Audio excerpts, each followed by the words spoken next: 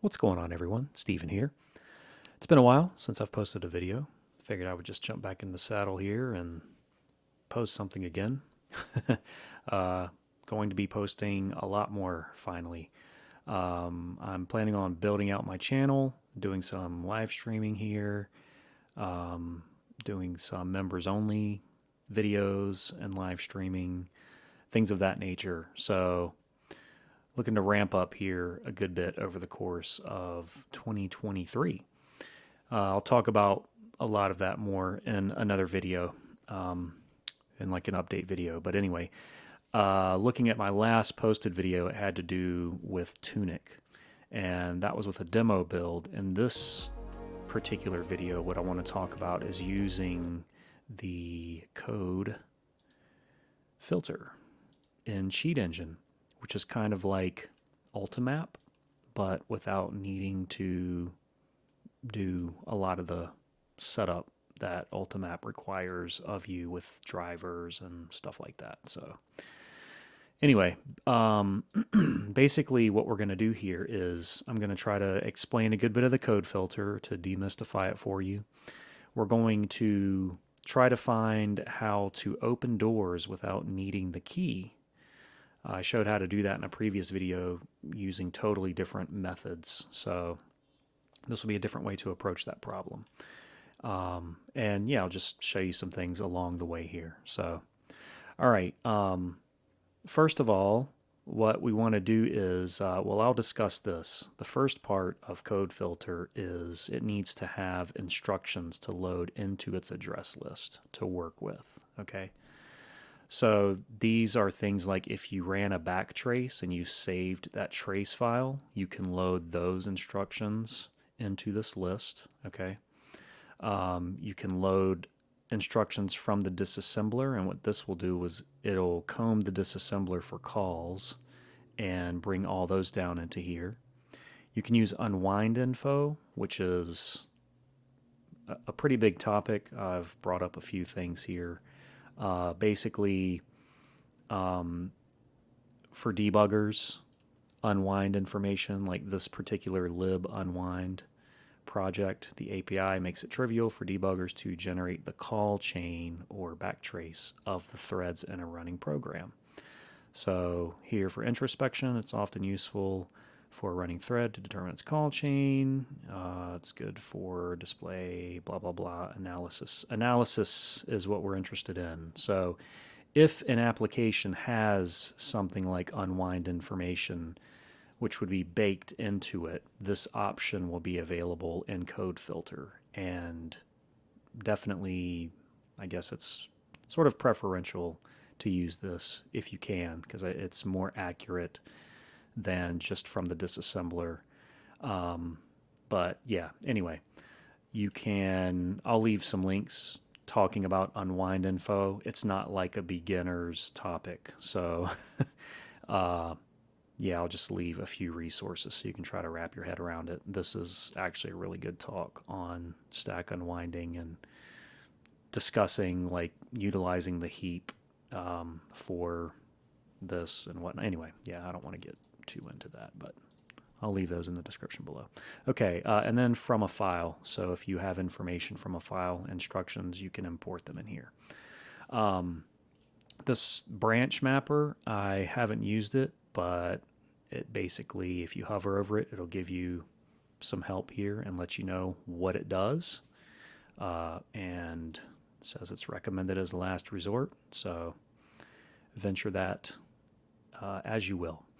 Okay, so what I'm going to do is use unwind info. Okay, so what I've done is I've opened the game, I've opened Cheat Engine, I've opened the game's process with Cheat Engine, or have I? No process selected. So let's select the game here. There we go. Okay, here's a little tip. If you go to Edit Settings in your General Settings, you can check this box that says Enable Write Logging by default. I jacked the number way up. But basically, Cheat Engine will bear in mind everything that you do, like inside of Cheat Engine. So you can, well, not everything, but a lot of things so that you can do things like undo, right? So if I go into an instruction like here, I don't know what this is, but let's say JNE, right? And I change that and I hit OK. I can just Control Z to undo, and it'll go right back to what it was. So that's instead of me having to re-click on this and specify the original instruction or whatever, right? Or right-click, and if you had done replace with code that does nothing, you could restore original bytes or whatever. You can just Control Z all through here. It's very handy. So if you see me quickly undo stuff, that's what I'm doing. Okay. All right. So let's see. Back to here, I'm going to say from unwind info. So I brought up code filter, which again is in memory view. If you're in the main window, memory view, tools, code filter. All right. And then you can say from unwind info. And from here, what you want to do is select the file that you want to get the unwind info from. Okay. And this is where, like, if you don't really know about things related to game engines and stuff, you might not know what to use. Sometimes it's the game executable that you'll want to use, and other times it's a related binary, like some module that is imported. So since this is a Unity game, there is a game, what is it? GameAssembly.dll. Okay. This has all of the game's like primary static data and instructions and stuff like that in it. Okay. So game assembly is going to be the one that I'm going to select for this game. One good tip for you, if you don't know, insofar as am I playing a Unity game where I might need to select game assembly, is whenever you open a game process with Cheat Engine, if you look here, you'll see mono. You should see that pop up here as an option in your menu there. So quick little tip there, but yeah, the main executable might be the thing you'll want to target sometimes. All right, so I'll click OK on this, and what this will do is load all of this in here very quickly, and yeah, so it kind of knows what to quickly do here. If you do from disassembler, it's going to take some time to like parse through everything and populate this list, okay? But with unwind info, all that stuff is like presumably in wherever it's stored, in the DLL somewhere, I don't know, but it knows where to pull that from. So that's what it's populated with. Okay, so now that you've populated this list, we're going to click Start. And what that's going to do is basically it's going to set breakpoints on all of these locations, which you can see is like 73,000 locations. So it's going to watch all of these locations. It's not going to break on them. It's just going to see, like, has execution flowed through here or not, right? So now what I'm going to do is go in the game, and remember the goal is, have I tried opening a door yet? That's kind of the question I'm asking. Have I tried opening a door? Okay. So I'm just going to do random stuff in the game that has nothing to do with like the type of execution I'm looking for or the type of task, because this is the stuff we're going to want to filter out. Every little thing you do in the game here is flowing through some sort of function somewhere, right? So, you know, sometimes you might accidentally filter out certain things, like maybe there's a call that's like has tried to open, and that filters down through like door or chest, you know, and it has all those things bundled into a call. You might miss out. So sometimes if it fails, and just think back to what you did, and maybe you did something that's sort of related to what you're trying to do accidentally or something, right? All right, so anyway, back over here into code filter, we haven't tried opening a door, all right? So has not been executed is what we want to click here. And you see this drop down a little bit, right? So I've tried doing a bunch of stuff here. I'm going to try to kill this enemy, or not, because I need to set this to here. Okay. All right. So I killed the enemy. I got a coin. I'm reading the sign.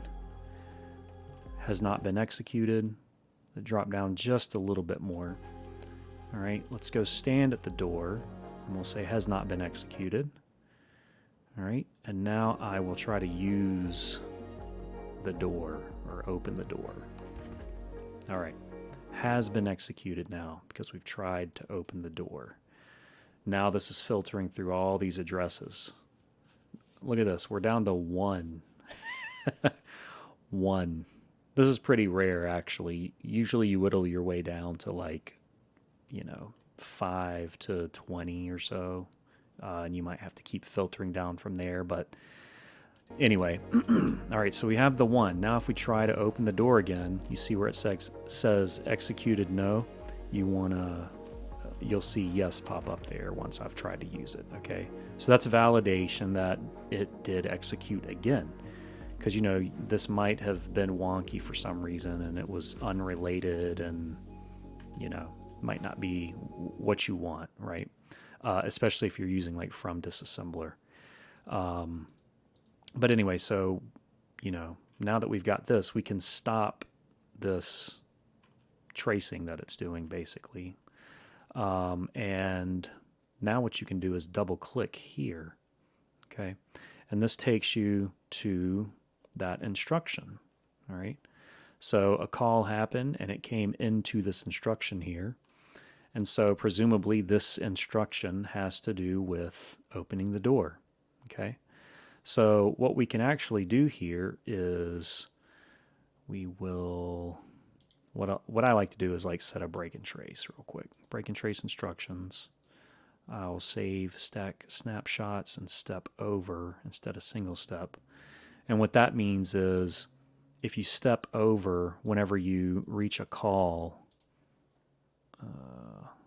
put this up here. So like here, these calls, if you don't have step over, execution will flow into the call and record the instructions that are all in there and keep recording for every call it goes into. If you step over, it's going to just see this call and skip it and keep recording the instructions as you're seeing here, okay? So it's a nice way to start a trace within a subroutine like this and then quickly trace your way back out of it to see which subroutine like called this one, right? So now I'm going to go back into the game here and I'm going to try to open the door. All right, and then I'm going to expand all. All right, now this right here is the instruction that we have our breakpoint set on, okay? And we want to scroll down to where we see that it comes out of that subroutine and back to here. You can double click on that, and if you scroll up one, you'll see the call, okay? So that's the call, all right? And this is where, code filter can get you, sometimes it gets you right where you want to be to where, you could NOP this call or basically get rid of this call, and that will end up doing whatever you want. So maybe your goal was, I don't want ammo to subtract whenever I shoot, right? And you find the call that subtracts ammo when you shoot, or it's related to that. And then you NOP that call out and boom, you're done. It's all good. But in the case of this game, since I've already done this, one time before doing the video, I know that when we NOP this, I'll show you what happens. So I'm going to replace with code that does nothing, which by the way, if you start doing that with calls, sometimes you might crash. So just a heads up on that. I'm going to replace with call that does nothing here. All right. And now we're going to try to open the door.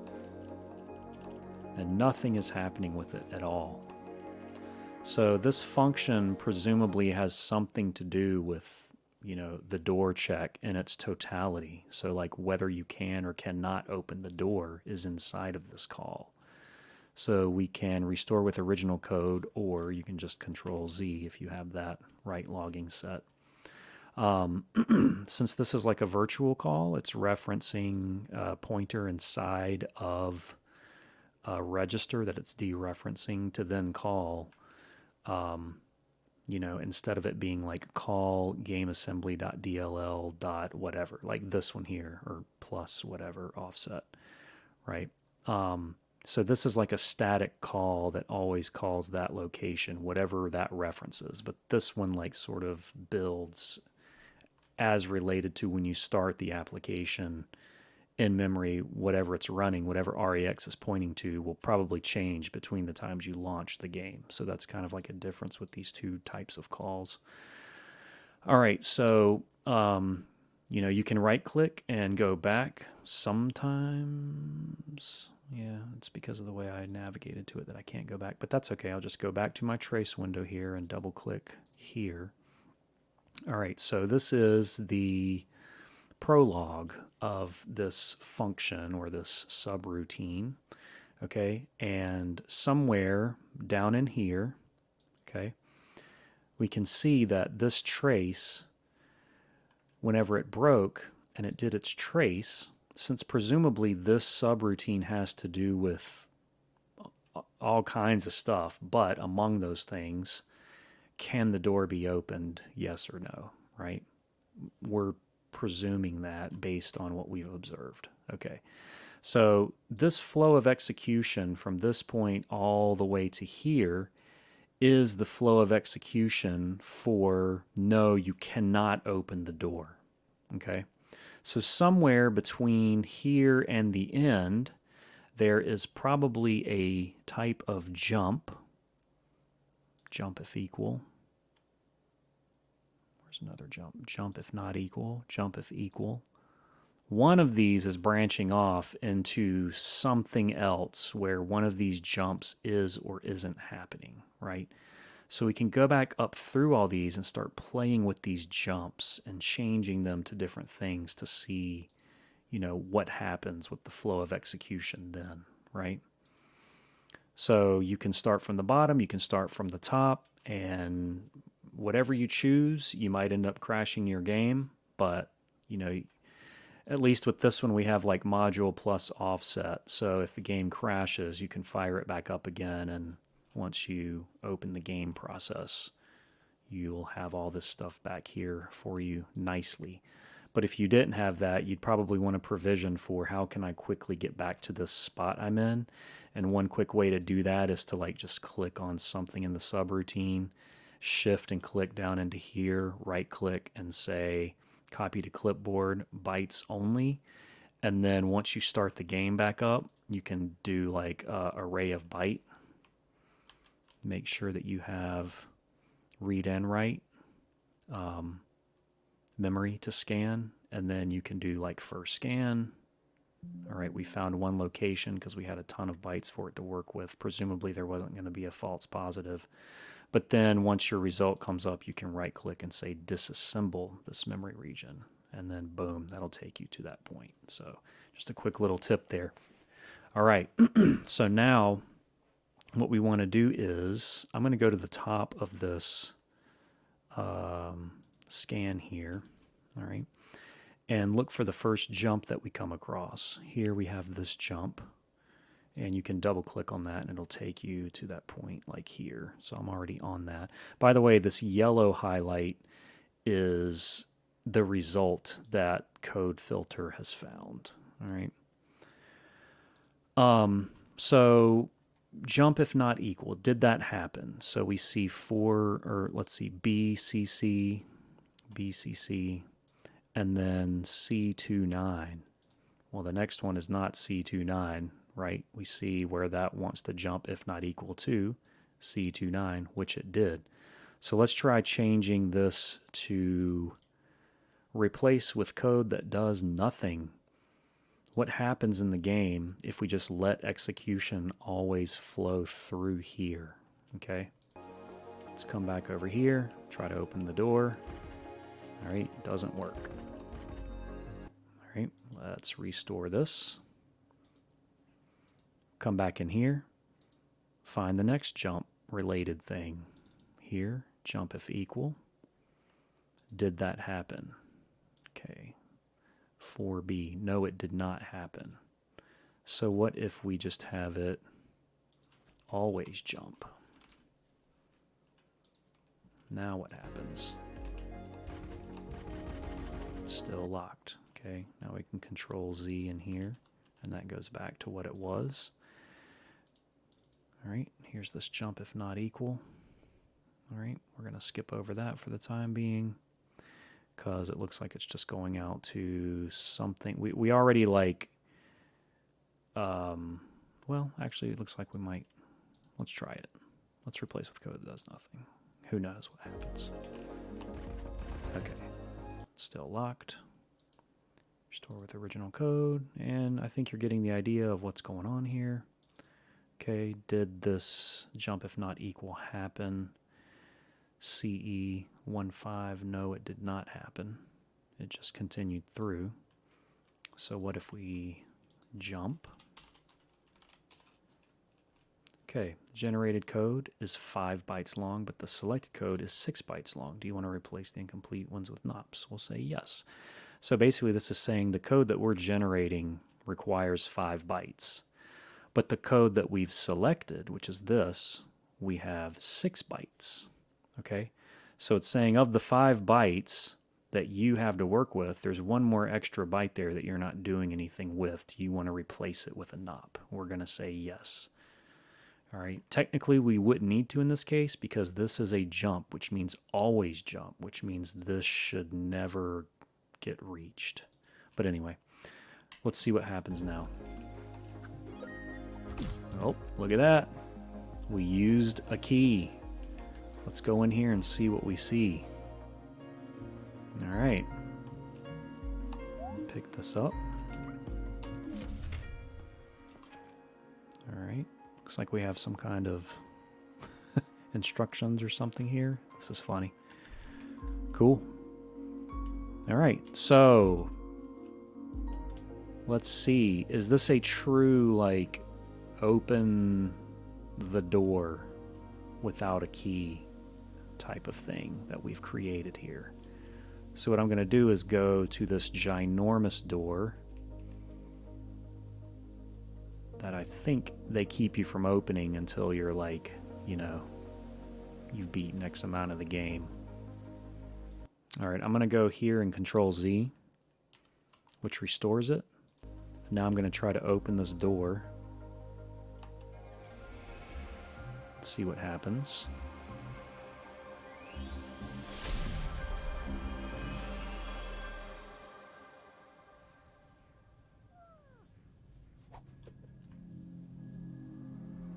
All right, so I guess maybe I can go through to here after all without needing a key or anything. I thought that that door was like, you know, required something, but that was, the last time I played this game was the demo, so that was probably that. Anyway, I would need to go find another door and do some testing or whatever, but that's a scenario for you. So like, okay, we found that one door that will now unlock if we do that. So, you know, just testing your cheat to make sure that it works the way that you want it to work and you don't have any like unexpected side effects. So here's something cool. If you wanted to create your cheat in Cheat Engine, like since this is game module plus offset, you could reference that. So you could go like tools, auto assemble, template, AOB injection. You could copy this, say okay. So 2 ways to do this. You could basically keep this, right?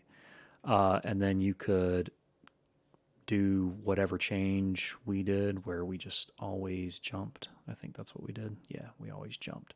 So you could change this to JMP, right? Save it, file, assign to current cheat table, right? And then you could enable it from here, save your cheat table and enable that. That will enable your cheat.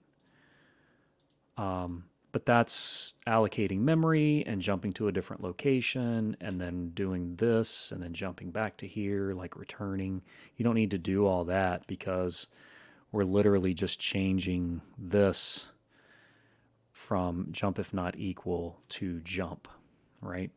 So what we can do is just reference, we can delete this. I always like to do AOB injection irrespective of the type of cheat because it gives you this nice little code snapshot, right? So if something changes, if they patch the game or whatever, you have this little reference point. So if your cheat stops working, you can like copy X number of bytes and do that AOB scan thing that I showed you, and try to find like what's different, you know. You can try to find your way back to the same spot in code. Okay, so we'll go paste, right, for disable. Okay, so if we change this to jump, now you can look at your bytes. We'll say yes. All right, so these bytes in red here, what we can do is go, well, select these two. I've clicked on this one, held shift, clicked this, right click, copy to clipboard, bytes only, and we can say db declare byte these bytes, okay? And that's when we enable it, which will change it to jump. Then when we disable it, we can like restore its original bytes, db. You know, and if you want to make sure your game doesn't crash, or you want to, you know, create some awareness for yourself potentially, you can assert, man, it's been so long since I've used Cheat Engine, I don't remember how to assert. I think it's this, or do I need to pass this like this? I don't recall. I'm going to have to look that up real quick. Okay, there we go. So we can just assert that.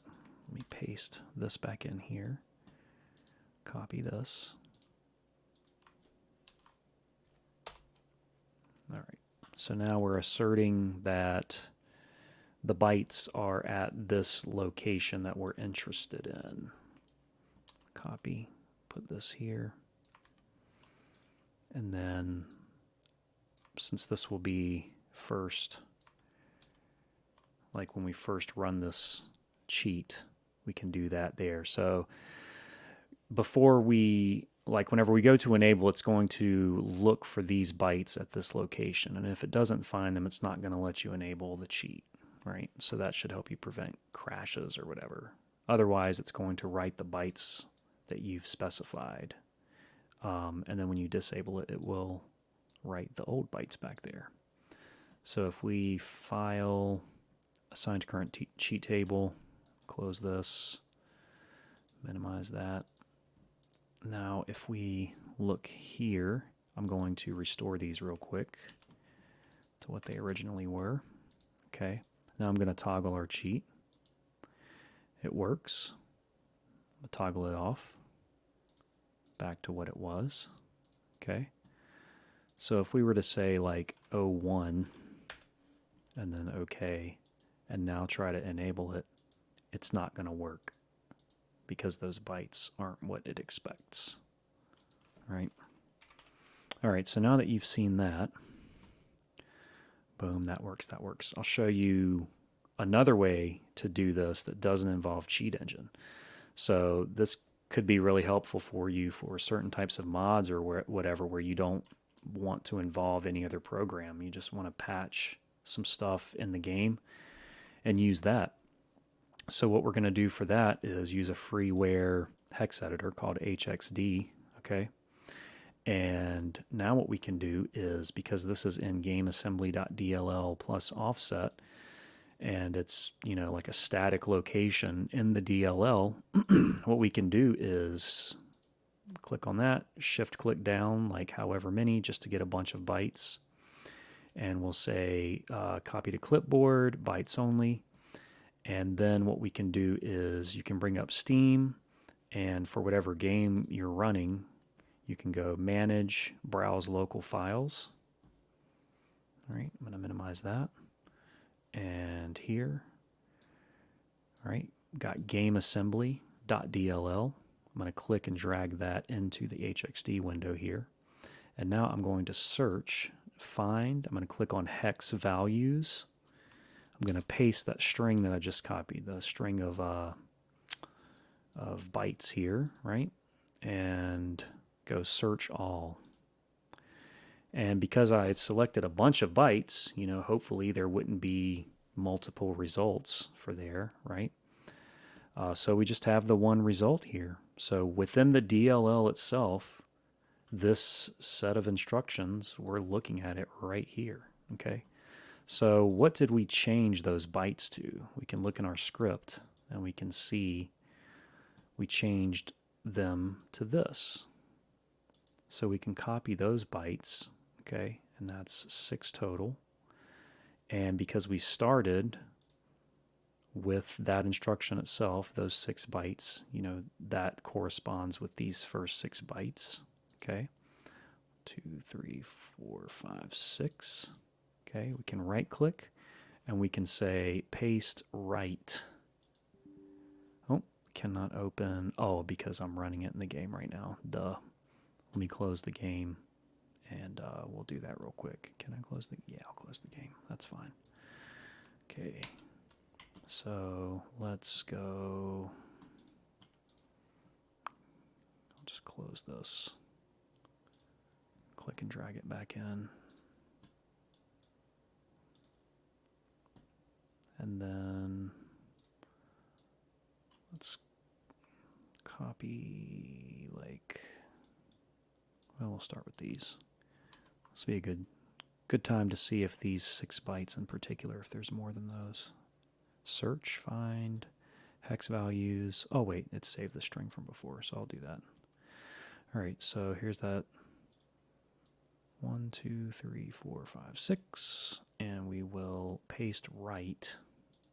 Okay, so paste right, what that does is it, oh, actually I wrote the original bytes there. I'm a dummy.